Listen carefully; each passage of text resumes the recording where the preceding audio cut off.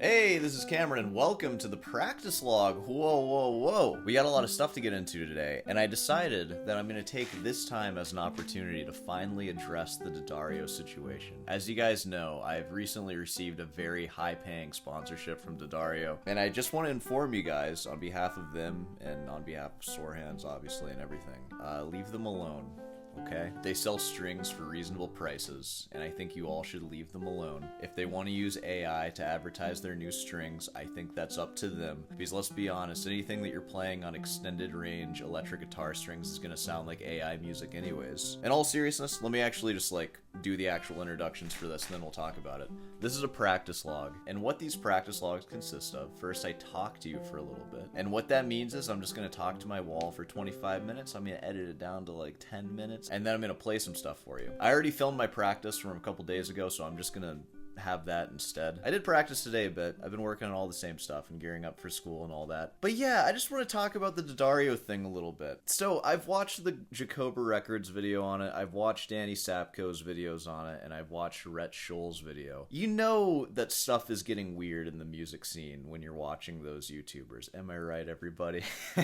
As far as I can tell, what happened is Daddario was advertising a new set of extended range electric guitar strings. Ugh, even just saying that makes me want to throw up. I don't really know the full story on this. Here's how I imagine it works. Daddario either has employees that make the product videos, or they just hire a freelance musician guy to make the product video. So either one of those. I don't know if it was someone on the marketing team who uploaded this video, or if it's someone that they contracted to make this, I almost called it an AI song, because that's what it was. It was an AI song. And it just kind of made it past their quality check, or they just didn't care. I'm not gonna pretend to get into the minds of Daddario, but they might have just not cared. So the main accusation, from what I can tell, is that this was a song that maybe was recorded. There's an original Logic file. It's debated on if it's real or if they made it afterwards to cover their tracks or something. And I guess the guy who made the track decided that it wasn't good enough, or he wasn't good enough of a mastering engineer, or he wasn't good enough at making it sound like an actual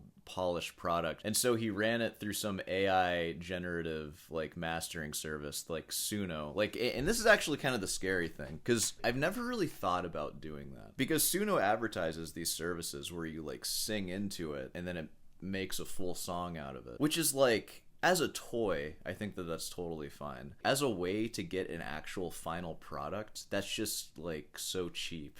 And why are you even doing music? If you're so worried about the finished product that you want it today, I need it in the next 5 minutes. I can't write my own parts, or maybe learn how to play an instrument well enough, or hire people, make friends with other instrumentalists, and learn how to record. I need this final product right now. That's just a really strange idea to me. So I've never considered that anything other than just a toy. But yeah, I guess the thing is that this guy hired by Daddario, or a Daddario employee, I don't know which one, used that service as a final mastering tool. And it basically generated a bunch of stuff in a song. First, it made the song sound way better when you compare the two tracks. There's go watch those YouTubers. Samurai Guitarist is another one that I watched. They do a lot of comparing the tracks. I'm not going to do that here because this is a practice log. I'm not going to edit it that much. But man, after running it through that AI tool, you can really hear this sounds tight. It sounds crispy. Oh my god, it really is a forbidden fruit for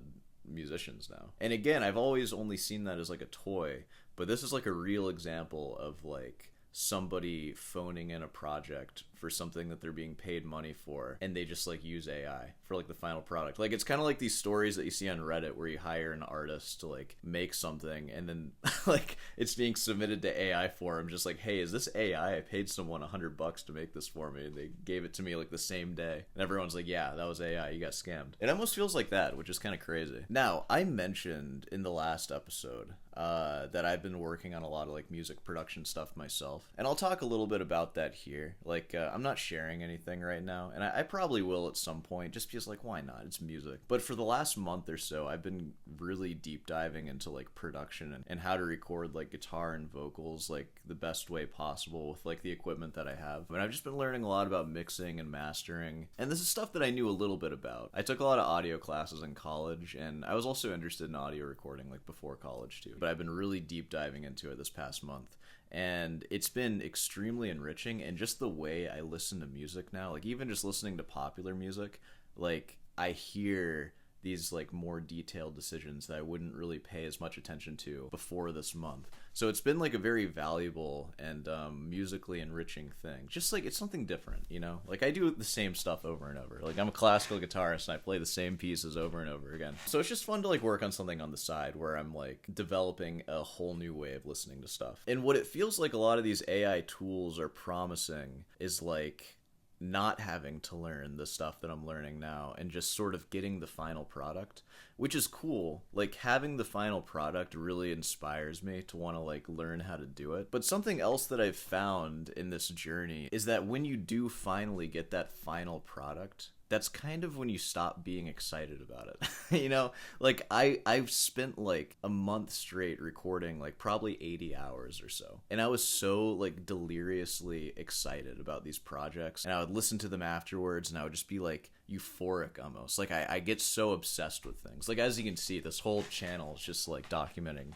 my obsession, so it's easy for me to just get so wrapped up in things and just spend like all day just working on things. But then once I do finally get something sounding as I want it, and it's like it's done, it kind of loses the magic a little bit. Like you get what you want and then it's like, all right, time to move on, I guess. I could only imagine if you're able to get what you want like every single time you want it, what is the fun in that at all? Like I just don't get it. And another thing that's really cool about production, especially when you're spending these long hours working on it and tweaking things, like I'll do these things where I'll make these little tweaks and then I'll listen to the song like 10 or 15 times again, and I'll just make these mental notes every time, just like I didn't like that moment right there, this moment gave me a good feeling, that gave me a bad feeling, and then I'll find a way to apply these notes that I'm making to it, and then I get like a new iteration of like whatever it is I'm working on. And it's very much the opposite of that black box AI phenomenon. Like if you guys don't know, they'll describe like these AI algorithms or whatever is like a black box, because you send in information like, hey, write my essay on whatever, and then the essay comes out the other side, but nobody really knows how it actually makes the essay. Like the really cool thing about learning this stuff on your own, you know every tweak that's been made to lead to the product that you finally approve, and it's like the opposite of a black box. It's like I know everything that went into this, which I don't know, just saying that out loud, I feel like there's infinitely more value in that just artistically. And I feel like sending your final mixes through like a generative AI mastering tool, and say that you don't approve of your final mix and then you send it through and then it's like, this sounds so much better, you just have no idea what even happened for you to finally approve it. And isn't that such a horrible feeling? Like don't you want to know? Like, don't you want to be able to explain to people your work that you've made? It almost feels like it's not even your work at that point. Like, you have to list AI as, like a co-writer or something. And in fact, the only situation where I could see doing that is if you hire somebody who's being lazy and they think they can get away with it, so they'll actually run their stuff through an AI mastering. Because it's like, it's just a string demo for a company. Who cares, right? This isn't some piece of art that I actually care about. So I kind of get it for that. But it's a really weird gray area for when you should and shouldn't use that. And honestly, I don't even think it's great. You just shouldn't do that. You shouldn't accept the job if you feel like you can't do a good enough job without using AI. One other AI related thing that I watched, I don't think I watched this on Sore Hands. It's hard to remember sometimes, but it was Rick Beato and Rhett Scholl talking about how YouTube shorts are like using AI upscaling, and they hypothesized that maybe YouTube is doing this so they can like store the videos at a lower quality, and then when somebody does stream them, they can be upscaled using AI, so it's like easier to load and less data to like store for the immense amount of shorts that must exist on YouTube. But it's upsetting for a lot of people. Like for someone like me and for someone like Rick or Rhett Scholl, all of their YouTube shorts are, at least visually, just them talking, and sometimes it'll be me playing guitar, but they don't use any like generative AI on the audio as far as I can tell. They're just using it on the actual image that you see. So if you look at my YouTube shorts right now, which you should scroll through my YouTube shorts, you'll notice that like my skin just looks a little like oil painting-y, and my hair is like kind of weirdly defined, like very unusual textures that if you watch my actual videos you won't really see. So it's almost like YouTube is kind of forcing us to use visual AI, which again, for people like Rick, Rhett, and I, it's not a big deal. But I can imagine for like artists who are clipping their videos, like visual artists, I mean, clipping their videos for YouTube shorts, like that's just straight up changing their art form and their products. That could be very strange. So like actual visual artists are sort of exiled from YouTube Shorts if they want to truly stay like AI free, which I imagine, just as I would want to stay AI free musically, any self-respecting visual artist would steer away from AI, like, surely. So they can't use YouTube Shorts because, like, it's going to be all AI'd. But a really big fear that I get sometimes, I get it sometimes when I'm recording myself on my iPhone, using the iPhone and voice memo apps. And I occasionally had this fear even when I was doing those competitions and I was recording using these new Rode mics that, like, connect to my phone. They're like the Rode lapels. I'll record myself on voice memos, just me playing or, like, doing whatever I'm doing. And then I'll listen back in the voice memos and it's like, this sounds so much better. Like, it sounds amazing. And then I'll go to record the same thing in like a DAW with like none of the automatic Apple compression, just like using this mic, just going straight into Logic. And it's like, whoa, you really see everything for what it is when there's like no processing. Like, because I think Apple like automatically does some like compression and some light reverb or something just on voice memos. But it makes me concerned, like, what if they start using generative AI to like make my guitar sound better in voice memos, or just make my voice sound a little smoother and a little more suave or something? And what if especially I have no choice but to use it, or they just don't tell us and it's just a 5% improvement? That's like a horrifying thought to me, because recording throughout my entire life has been a way for me to like see what is actually happening. Sometimes I'd wonder that in the competitions, like recording on those lapels, and then I'll like play on stage and I'm like a shaky mess, and then I go back and listen to it and it's like, oh, this really isn't that bad. Like, what if they start making like microphones that have AI technology in it that just kind of smooths things out and just makes it a little nicer, a little punchier, a little better? That's a scary thought. And another scary thought, the final product that D'Addario uploaded, especially when compared to their potentially Logic cover-up that's in question, man, that final product sounds like so crispy and so punchy and so good.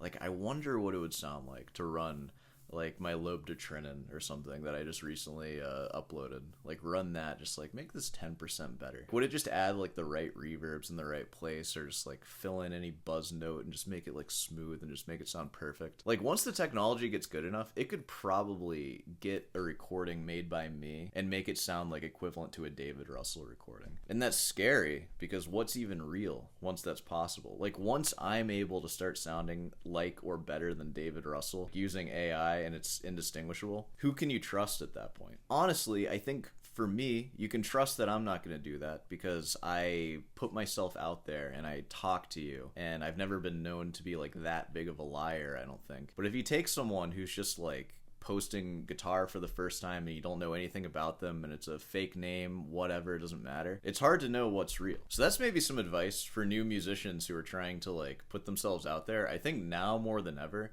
you have to like give some of your personality out a little bit, just to have people trust you. Like all these like Giacomo types where they just play guitar and it's like amazing, and then they never say anything on their channel or anything. Or like Ichikanito is another example. I don't know, I feel like we're just not going to trust those kind of people anymore. Like, it helps to have like a little conversation, and then, you know, you can sort of say what you're all about, and then people can suss out if you would use AI or not, which is a weird place to be, because art should be able to stand on its own. But I don't know, as things become more ambiguous with what's real, I feel like that human personality is kind of the only thing we can really judge. And then we might be able to start AIing human personality. Whoa, you won't need a girlfriend anymore if they start doing that. They're already kind of doing that. I'm sure some of you have AI girlfriends. Post in the comments if you have an AI girlfriend. And also post in the comments, do you ever argue with your AI girlfriend?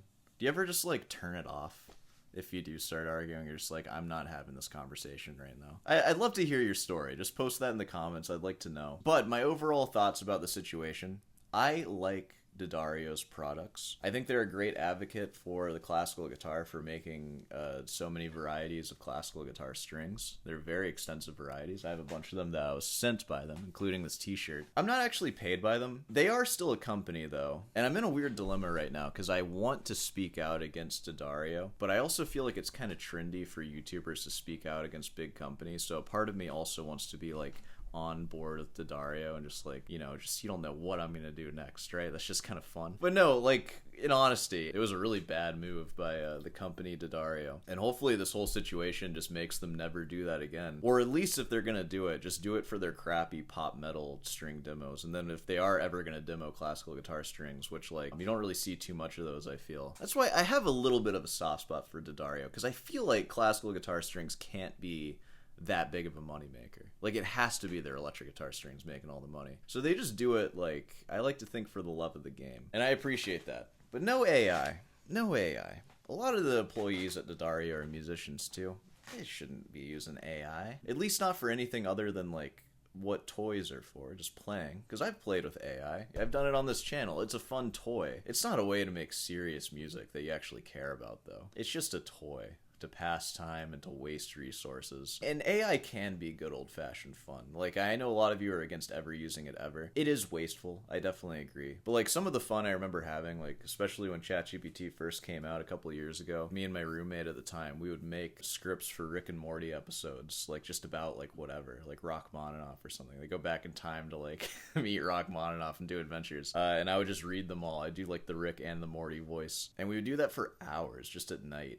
Just, like, making Rick and Morty episodes. And it was so fun, because you would just say the ideas out loud, and you would just prompt it, and it would give you, like, 3 or 4 scenes, and then you just read them. And some of them were terrible, and then some of them were actually pretty fun. And that's using it like a toy. Using it for serious projects that you care about, or for being hired by things, it's like, what are you doing? That's such a weird concept to me. And if you feel like you have to rely on AI because you're not good enough for a skill, skills are learnable. I'm sorry, I don't have a Skillshare sponsorship, but you can learn skills. Like, from the last video I made, what JD Beck was talking about how, like, his bandmate Domi can, like, play more stuff than him. He's like, oh, I wish I could play more stuff. I wish I harped on this more in that video, but it's like, you were like a 20-year-old. Just because you didn't spend your teen years practicing the stuff that you'd like to be able to do now, you have your whole life to learn these things. You don't have to be amazing at the thing that you want to be amazing at right now, right this second, or today, or even this year. That's the beauty of these things. Like, they're really long-term goals, and you get there over time, and that's what you spend your life doing. It's very enriching to do that.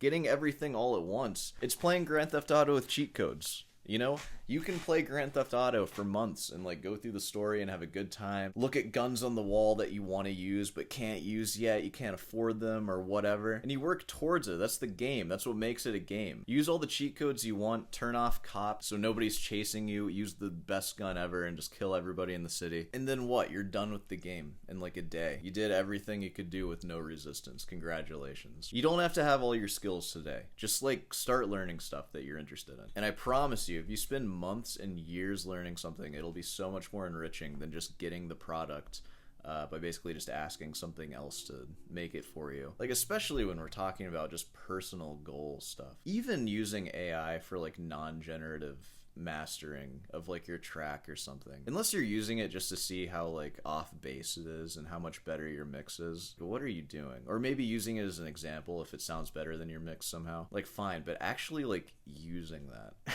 is so bizarre to me. Just learn how to do it. Like, listen, use your ears. Learn something. Maybe listen to other people's track. I don't know. That's what I think about the Daddario AI situation. Will I make a video on it?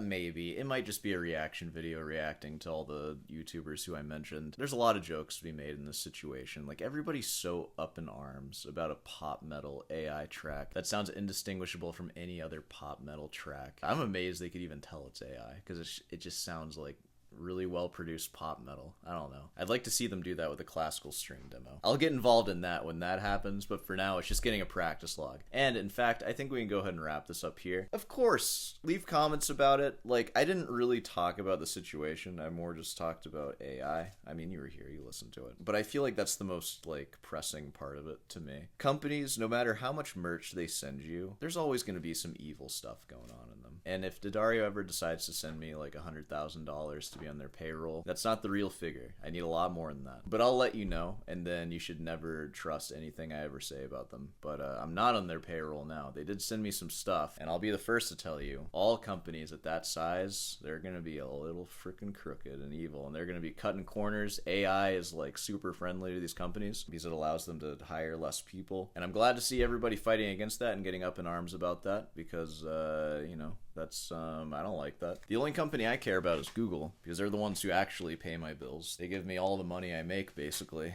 So I'm never gonna say anything bad about Google. Google's even worse, probably, aren't they? I don't know. I shouldn't even be saying this. Their algorithm's getting so sophisticated. The last Marson video I made, you might have realized how freaking insanely cut up it was. It's because of YouTube's algorithm being able to pick up music. When I first started YouTube, which was not that long ago, you could have 9 seconds of music separated by talking, and that was totally fine. Nowadays, 3 or less. Like, I have to go into like the 2.9 second range, and even after the fact, I bet you in like a month or two that video is gonna get claimed. I'm gonna have to go through and like make it even smaller sections, or like just scrub out the sections entirely. And it sucks because I have all the rights in the world to react to that video. It's not like I'm posting that video so other people can listen to it and I get the revenue. It's a 2.5 minute song or whatever, and I made like a 20-minute or whatever video on it. So obviously there's more content in that than the song. Yeah, but that's what I got for you. Alright, I'm going to show you the practice I've already done, and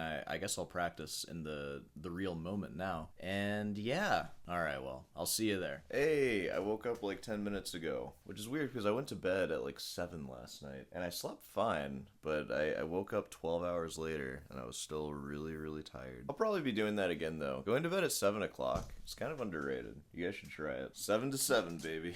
That's like...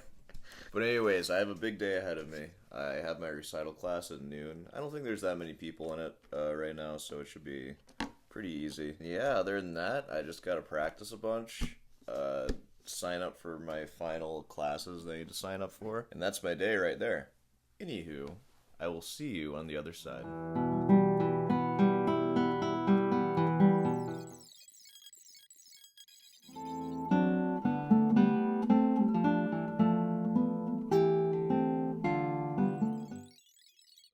I'm still really tired. I don't know what's wrong with me. Maybe there's a gas leak in my house, or maybe I'm just sick or something. But regardless, I've made progress in the Fugue, and I'm going to play the entire thing for you, and I'm only going to have the last page up. So, let me bring you a little closer. Yeah, I think I'm going to play this and then go back to bed, and then wake up at like 11:30.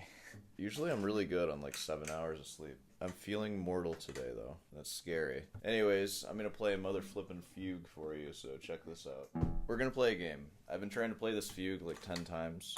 I'm not looking at the sheet music at all, and the moment I make a mistake, I am stopping, and then I'm going to call it a flippin' day. So that might be 2 notes. It might be the whole thing. Who knows? It's not going to be the whole thing. Don't worry. You won't have to sit through too much of this. All right, here we go.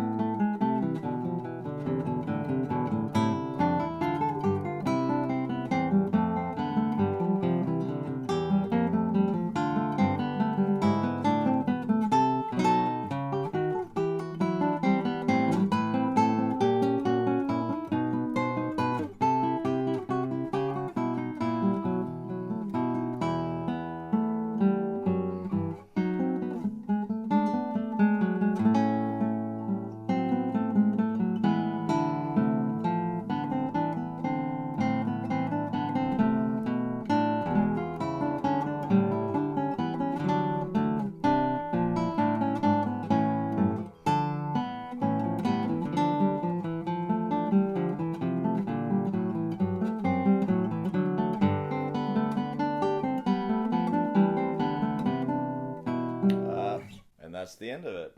I could have gotten further than that. And before you say anything, there were a lot of mistakes in there, and I said that I would stop after the first mistake. I was prepared to stop when I didn't feel like playing anymore. I should have said that. Because you know how that happens when you're playing guitar and you just feel like you're sucking, and then you just like keep starting over and stuff. I was doing a lot of that. But when I gave myself permission to just stop whenever and call it a day, even though this is like a video going out to all of you right after I just dogged on Marson super hard. I don't know, it just takes a little weight off your shoulders, and I got further than I did in all of those takes, I'm pretty sure. Now, the general quality of that was pretty bad, and I need to look at that, and there's just all these little things that just don't need to be happening. I'm in a pretty low place right now. I don't know why I'm so tired. I've been practicing for like, I think an hour and a half or more, and I thought that would wake me up after 12 hours of beauty sleep. Freaking sleeping beauty. Is that not enough for you? Apparently not. I have a feeling I'm going to review this footage and it's going to become really apparent that there's like a gas leak in my apartment or something. I'm just going to be speaking gibberish and saying the same stuff over and over again. Anyways, I'm going to go ahead and play the Fugue for you now since I haven't done that yet. Just kidding. I know I did. I remember that. I couldn't forget that even if I tried. Alright, let's wrap this up. I'm going to maybe go back to bed. I might try to stay up still. We'll see. We're in the outro now. Hey, of course, if you made it this far, be sure to subscribe and leave a like. I have a recital class if you want to join that. That'll be next week at some point. I need to schedule it. You'll see it. Just look in the description. Of course, head on down over to Ruden's Delight for some merch. Alright, I'm going to try to figure out what's wrong with me, and I will see you in the next one.